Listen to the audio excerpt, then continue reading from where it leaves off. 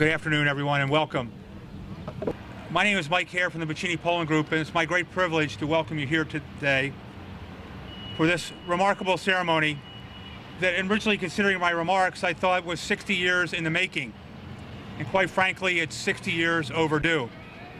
And we'll hear more about that as we hear from our speakers today. But we commemorate a significant time in our city's history, a significant time in our nation's history, and we recognize a significant man in Dutch Burton. What makes today so much more special is that his daughter, Michelle Burton Scales, is with us, and his grandson, Maynard Scales. We welcome you here today.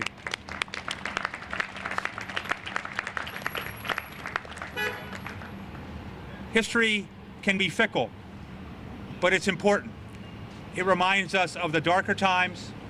It reminds us of those heroic figures who shine a light on those dark times.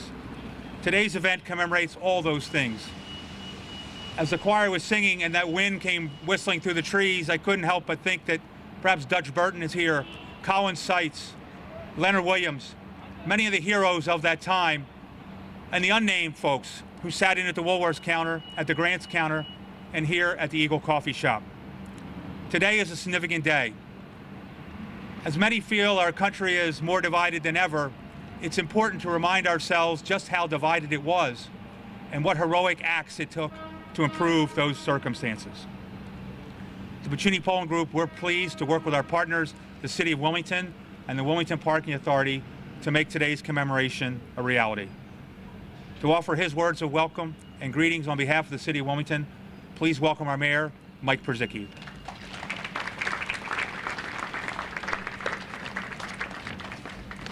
Thank you, Michael, and welcome to all of you. I can't tell you how proud I am to be here today. Welcome to the Burton family. It's my pleasure to meet you. I said I met Joe Lewis's daughter a month ago, and I thought, wow, that is really exciting. Now I met Dutch Burton's daughter. That's more exciting. Abraham Lincoln was to have said to his friend Joshua Speed that he was not afraid of dying, but he was afraid of dying having done nothing to make any human being remember that he had lived. Dutch Burton may never have considered his life in that heroic context, but surely those who stand here today certainly remembered that he lived.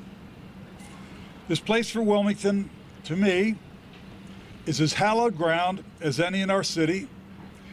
It should always serve as a reminder of the singular heroism, courage, and determination to see justice done in the face of the prevailing oppressive culture of discrimination and racism of the time.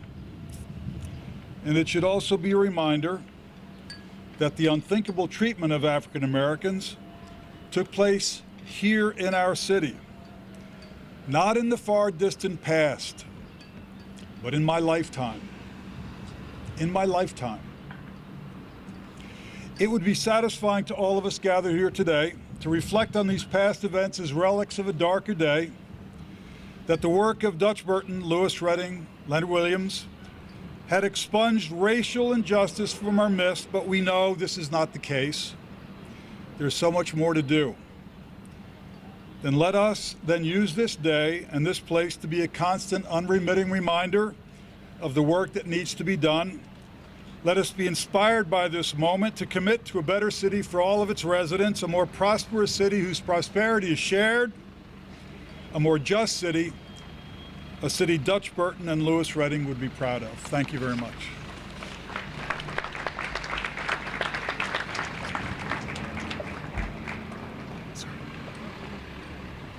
Thank you, Mr. Mayor. To offer greetings from Wilmington City Council, please welcome President Pro Tem of the City Council, the Honorable Nnamdi Chikwacho.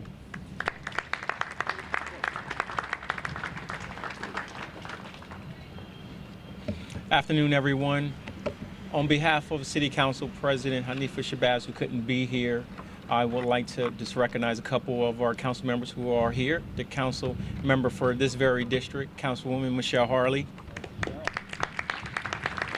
Councilwoman from the 3rd District, Xanthia Oliver, is here also as well.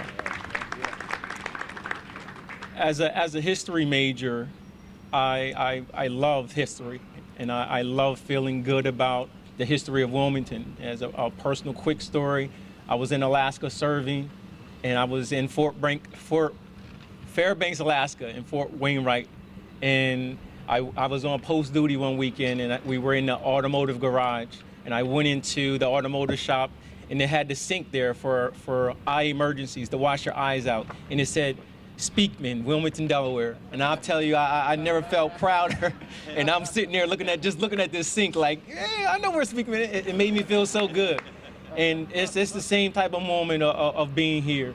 Sheikh Anta-Diop, Egyptologist, once said that we study history not for the sheer pleasure in doing so, but to derive lessons from it. And the fact that we're here today truly is that we have derived a lesson from what happened on this very spot.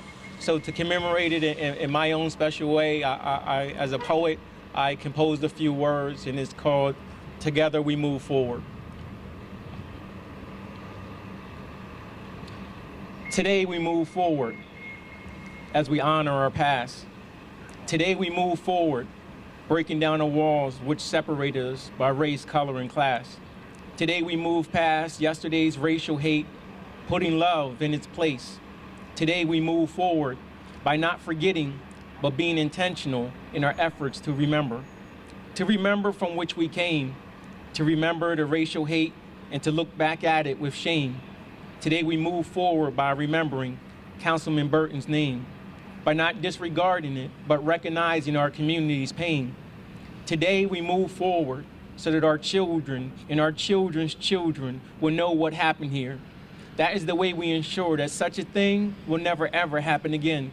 Today we begin to heal by recognizing his courage. It's the small things that matter, so much more than just a cup of coffee. He was fighting against injustice. So when we believe in our country's creed that all men and women are truly created equal, we truly begin to move forward from the birth of a nation through the hurt of our nation, to a place where we value our diversity and our collective worth as a nation. When you think of our nation's history, from enslavement to Jim Crow to the new Jim Crow, there's only one direction we can go. So today, we begin to move forward. Thank you.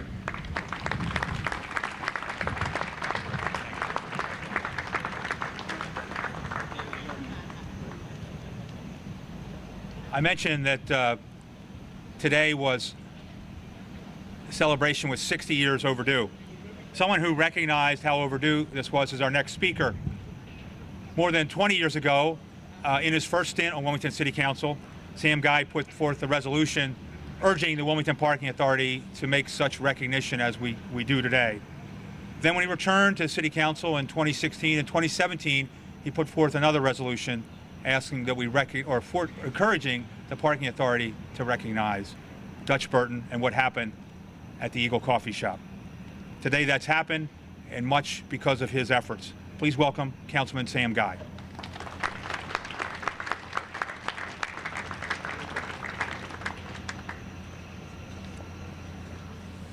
Good afternoon, everyone. For me, I'm a former state NAACP president. I'm an attorney and a council person.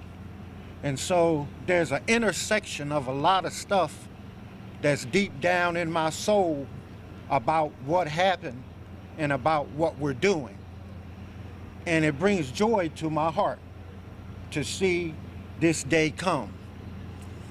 And there's a lot of partners involved, and they're all mentioned in that program for what's happening here with the signage and then down the street at Burton Place. And so I know for a fact, whether you want to believe it or not, that if you don't have a good understanding of what has happened, then you have no idea where you're going. And so what I just want to do is just briefly point to you a couple of people. Because when you sponsor a resolution in 1998, it's just a piece of paper until 7 people say they agree. And so sitting to my left is one of my members of the City of Wilmington Judiciary Committee, Stephanie Bolden, state representative, who voted for this in 1998. In the back is the president of City Council, who created the Judiciary Committee, because that was the committee through which we did our civil rights work. And that's President James Baker, and he voted for this. So I just want you all to know those folks are here present. And the current members of City Council voted as well to remind everybody that we need to do this. So I'm going to stop there. On my Facebook and YouTube is the videotape when we discuss this on Wilmington City Council for those that are interested. And for the family, what I brought you for your personal records are both of those resolutions and the roll call votes, so you can see who voted and how they voted. So if somebody could receive these, I'd appreciate it. Thank you.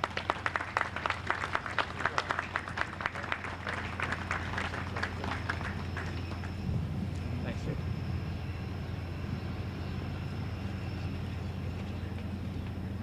Thank you very much, Sam.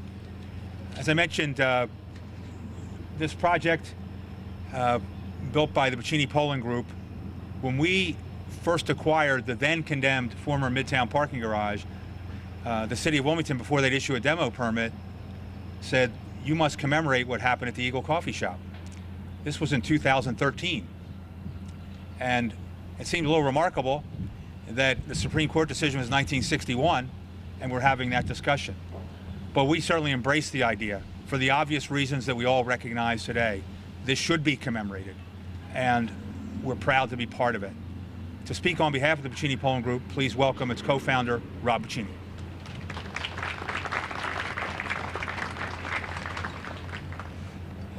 We often talk about progress in our company, and that often relates to construction, development, new residents, and new companies. Today, I think this is the most tangible thing we have ever done in terms of progress, to have this dedication of Dutch Burton here today.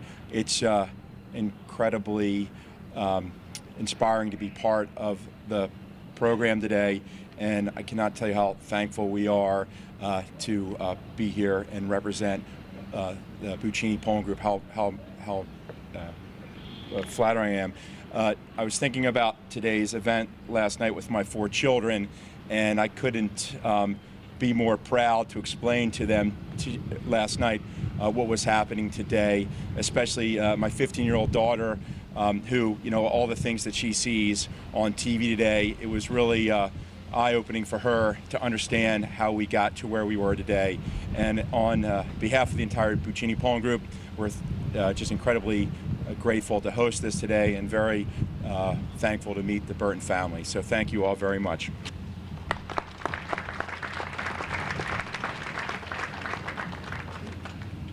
Thanks, Rob.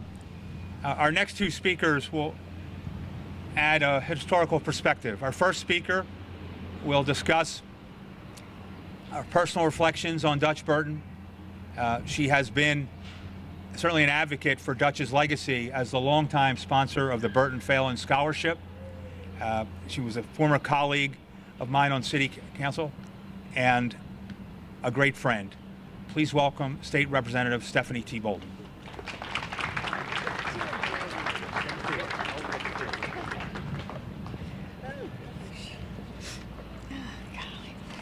Good afternoon.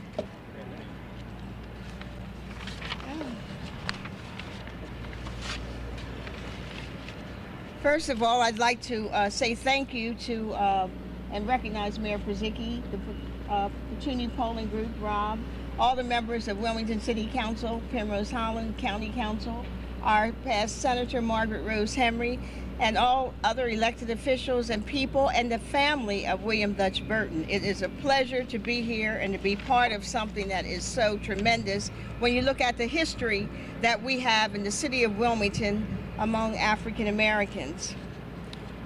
I would just like to start off to say that I also greatly appreciative of the support that the Wilmington Parking Authority has given, and which I believe is a symbol of how much time has progressed. For those of you who don't know Dutch Burton, he was a two-time Wilmington City Council member who served from 1957 to 1964, and then again from 1981 to 1984.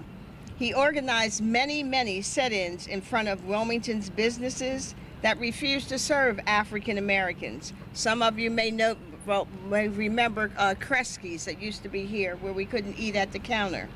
And he was already an elected city council member on the day when he refused service at the Eagle Coffee Shop. We are here today to commemorate his perseverance against racial discrimination and his relentless pursuit to justice. Before the judge recounts the detail of Judge Tolliver, I would just like to remind you of some of the historical content that led to this particular brief in my brief comments. In 1957, the Wilmington Parking Authority advocated for an open-door policy for any business leasing space in a city-owned facility.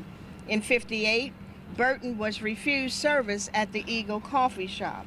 In 1959, Burton filed a class action suit against the Wilmington Parking Authority due to violating the 14th Amendment. And in 1959, the Delaware Court of Chancery decided in favor of Burton. However, in 1959, the Delaware State Supreme Court reversed the lower court decision. And in 61, of course, the United States Supreme Court ultimately decided that the Wilmington Parking Authority could not provide protection to provide businesses, allowing them to discriminate against customers based on race. I also have had the privilege of living in the neighborhood, the East Side neighborhood, and also representing the 3rd Councilmatic District, which William Dutch Burton was there prior to. I live right around the corner from him, and so it was a privilege in those days, and I'm not giving my age, but I was a very young lady, to have been around and know some of the people that were very successful in making things possible for me to be here today, and many others that have come after me and going forward. So as I stand here, I am privileged to have said that I was able to have a Burton Phelan Memorial Scholarship for matriculating college students, which ran for 25 years, and we were able to assist many students in finishing their college degree, thanks to the Burton family and the Phelan family. So, Marshall and Maynard, I want to thank you for allowing us to have that privilege in carrying your father's name forward and in the importance of education. Also, I would like to remind everyone of one thing that was said by William Dutch Burton. And I'm reminded of a timeless quote from him, which goes like this: "It seems to me that so much is being said about the principles of democracy that we ought to begin to do something about them rather than sitting around and hoping that they just happen accidentally. As an American citizen, I will protest the infringement upon my constitutional rights and those of any other citizen at all times." Dutch Burton knew all too well that risk of keeping quiet in face of adversity. He knew that without individuals willing to risk it all and shed a light on injustice, the world would only become a darker place. He understood the problems and he took action because he knew that change begins with an individual step. In a time when the principles of our democracy and our rights are being challenged daily, it is important to remember Dutch Burton's example. We cannot simply just sit around and hope that something accidentally will change. We must change, and we must wish to see the change. Thank you.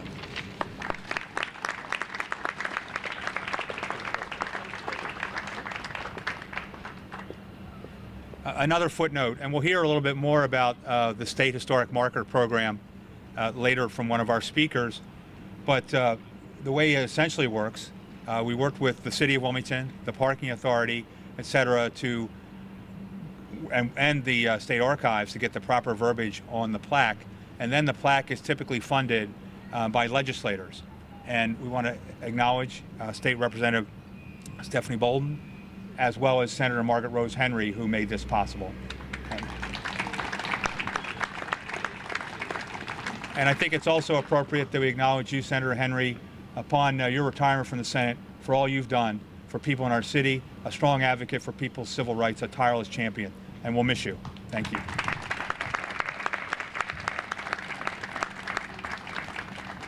I'd also like to acknowledge Stan Soja, the Executive Director of the Wilmington Parking Authority, who has worked with us side by side to see that this happens. And at least the delay in the last couple years was till we get this building constructed.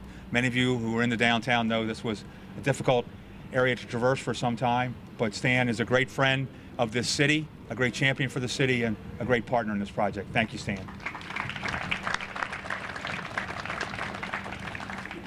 To speak a little bit about the legal history and the implications of what happened in the various court cases as Burton v. Wilmington Parking Authority progressed through the courts, please welcome retired Superior Court Judge Charles H. Tolliver IV.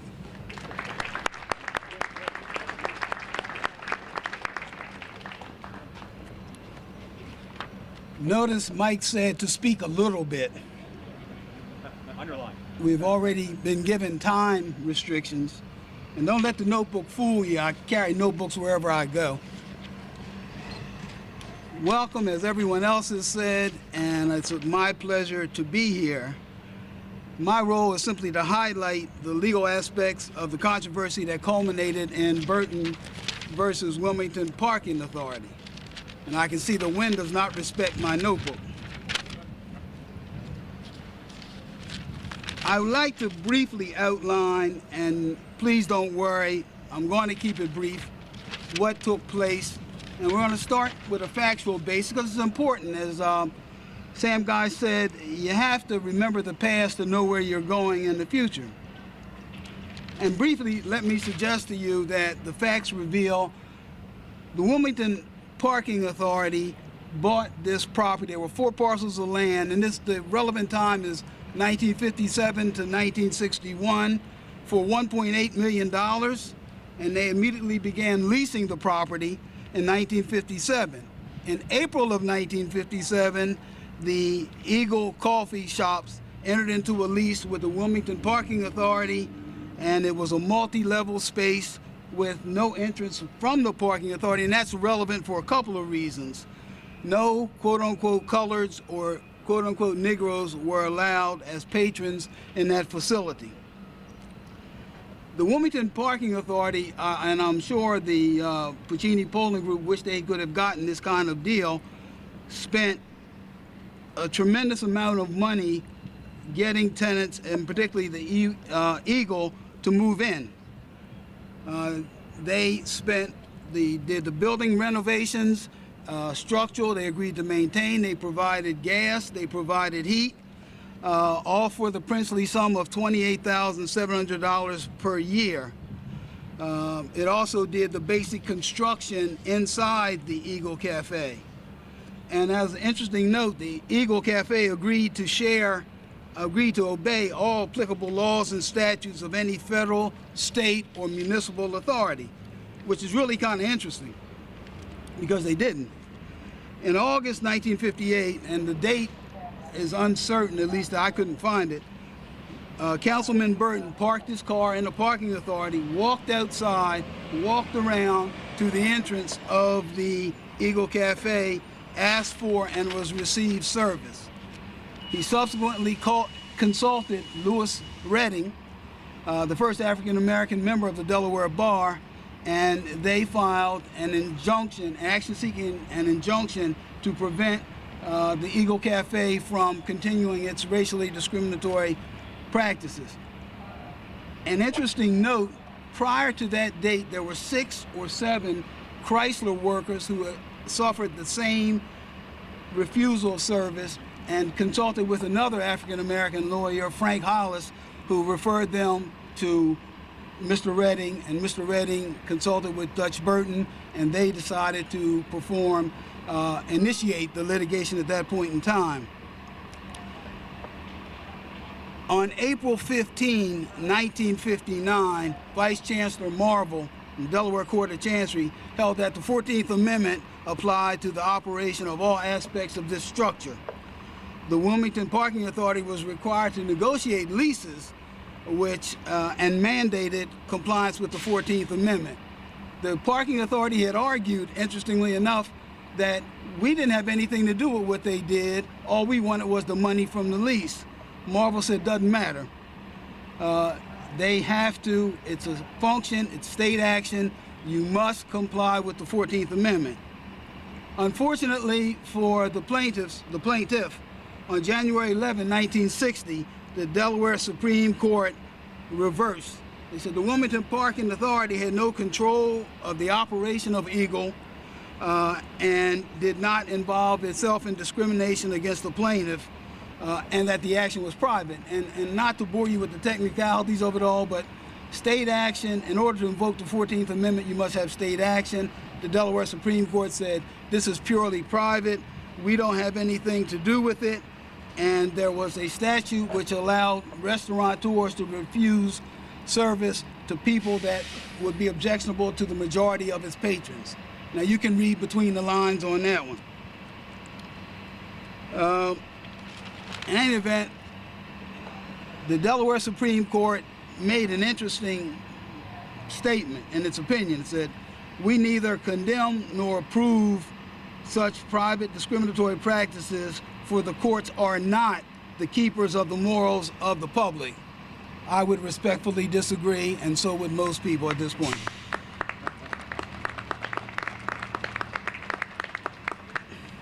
Well, Mr. Redding, Dutch Burton, Councilman Burton were not to be deterred.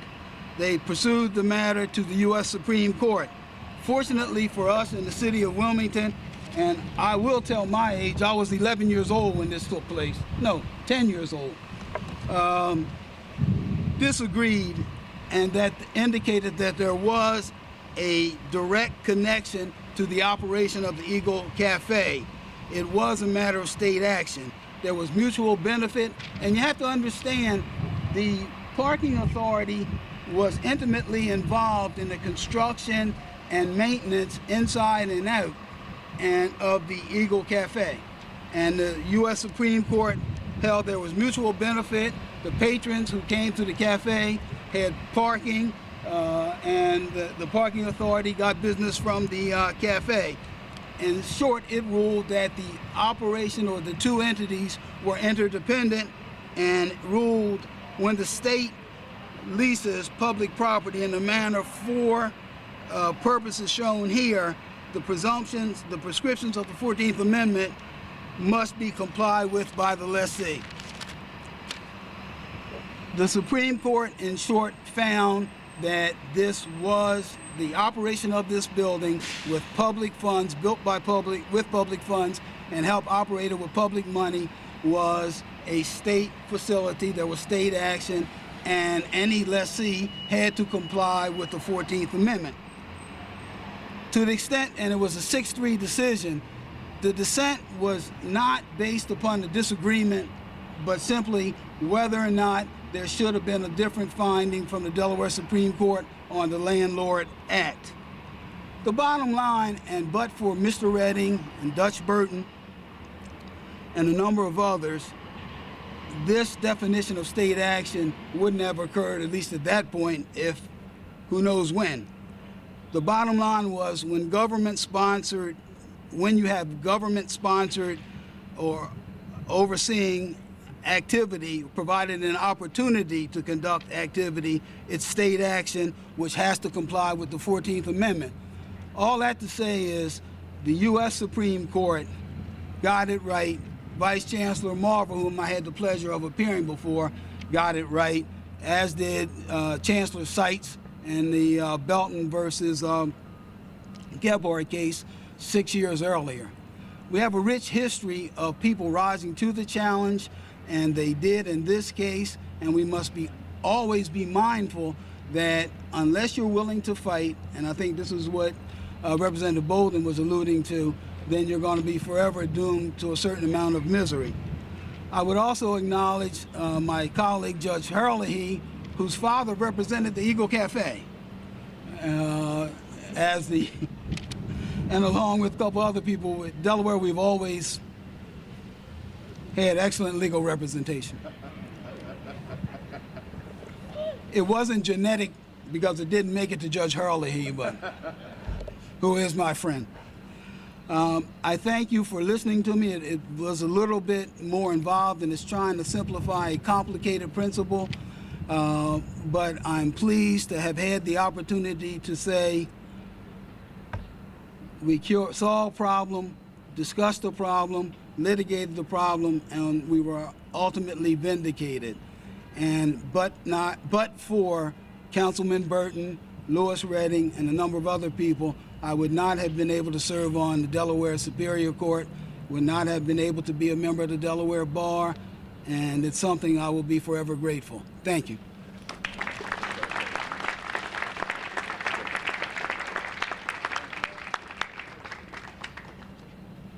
So my job is to offer a defense for Tom Herlihy Jr., who represented the Eagle. He did, but I want to remind this group, if we acknowledge the many heroes in our past. Tom Herlihy Jr. was elected mayor in 1945. He left the mayor's job. He realized, it's impossible. So to become the head judge of municipal court. He desegregated municipal court. He later went on to become the founder and attorney for years for the Wilmington Housing Authority, and he's memorialized with the Herlihy Towers. So we recognize a lot of champions today, and I just wanted to, and we're very grateful that you're here, Judge Herlihy.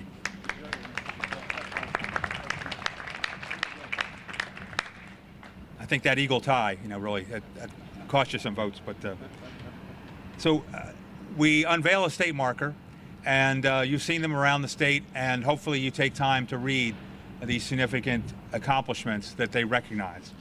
One of our great partners in this has been the Delaware Public Archives, and Stephen Martz, its director, was unable to be here, but really the person that did all the heavy lifting and was our coordinator throughout this project was Katie Hall, and she's going to say a few words about the marker program. Please welcome Katie Hall.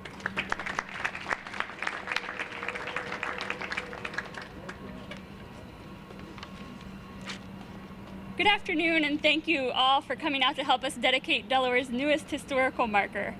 We're here today in keeping with a long tradition in Delaware of recognizing our historic buildings, locations, events, and notable Delawareans with historical markers. Our historical marker program began in 1931, and now, almost 90 years later, we have nearly 670 historical markers around the state. Our program, like anything, has changed over the years, but one thing that has stayed constant is that our historical markers are all proposed by individuals and communities who are passionate about preserving their local history. That means the markers tell the stories of Delaware that are important here in our local communities, the stories that don't always make it into textbooks, even if they probably should. As my previous speakers, Mayor Przicki, Representative Bolden, Judge Tolliver, Mr. Hare, many others have already mentioned, we're standing on the site of one of Delaware's civil rights landmarks. Events here played out in countless other communities around Delaware and the country, and dedicating this historical marker today brings a painful era from our recent past to the forefront. It recognizes the work of William Dutch Burton and Louis L. Redding, but it also serves to honor all of those unnamed individuals who have also worked for equality, like the workers from the Chrysler plant who were denied service at the Eagle just a few weeks before Burton was. Erecting this marker gives us the opportunity to recognize a difficult time from our state's past so that we can learn from it and allow it to inform our future actions. Our historical markers program only flourishes when people speak up and engage with the archives and their local legislators. And so I want to thank the Buccini-Pollan Group, the City of Wilmington, Wilmington City Council, Wilmington Parking Authority, Mayor Przicki, anyone else that I've forgotten, for all of your support and input all these years. I know that this has been a a marker process that's been going on for quite a while, and I'm so thrilled that we're able to dedicate it today. I absolutely want to finally thank Senator Henry and Representative Bolden for their enthusiastic support of our program and for their financial sponsorship of this marker. Thank you. 3, 2, 1.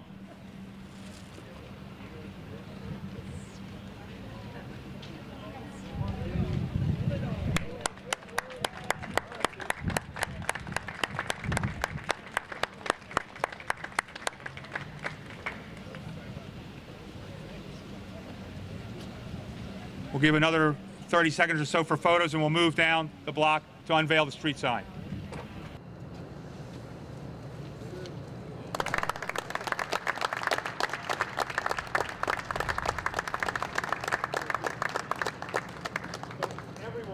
Everyone is invited for refreshments in the lobby of the apartment building. We hope to stay here and greet the Burton family and celebrate what has been a great day for our great city. Thank you all for being here.